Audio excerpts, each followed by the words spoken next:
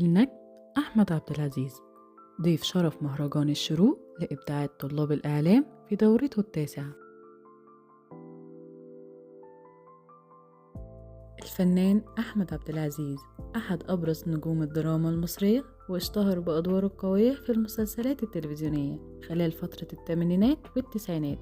ولد الفنان أحمد عبد العزيز بمحافظة الإسكندرية، وحصل على بكالوريوس الفنون المسرحية من المعهد العالي للفنون المسرحية، وبدأ مشواره الفني على المسرح الجامعي، وشارك في العديد من العروض خلال فترة دراسته. بدأ مسيرته الفنية بمجال السينما والتلفزيون خلال فترة السبعينات وأوائل الثمانينات، وحقق شهرة كبيرة بفضل أدواره التي تناولت القضايا الاجتماعية والسياسية. ومن أشهر مسلسلاته مسلسل المال والبنون، جسد الفنان أحمد عبد العزيز شخصية يوسف الضو، وهو من أكثر الأدوار التي أحبها الجمهور.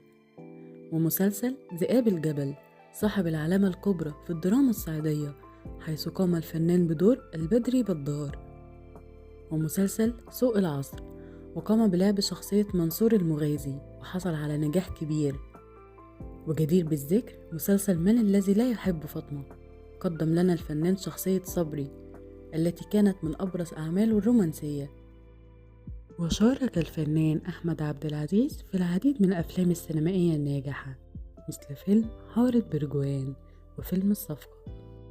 ومع بداية الألفية الجديدة عاد إلى الساحة بأعمال جديدة، ومنها مشاركته في مسلسل الأب الروحي في دور سليم العطار، ومسلسل كلبش الجزء الثالث. وسوف يشارك في مسلسل فهد البطل برمضان هذا العام 2025. وحصل الفنان أحمد عبد العزيز على العديد من الجوائز والتكريمات خلال مسيرته الفنية، تقديرا لإسهاماته المميزة في الفن المصري.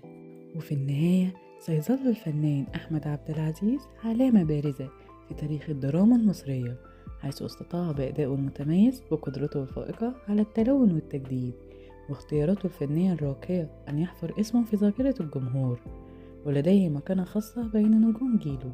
ورغم مرور السنوات وما زال الجمهور يتذكر أعماله بحب وتقدير، بسبب تأكدهم أنه أحد الركائز الهامة في الفن المصري. متعه الله بالصحة والعافية ودوام العطاء.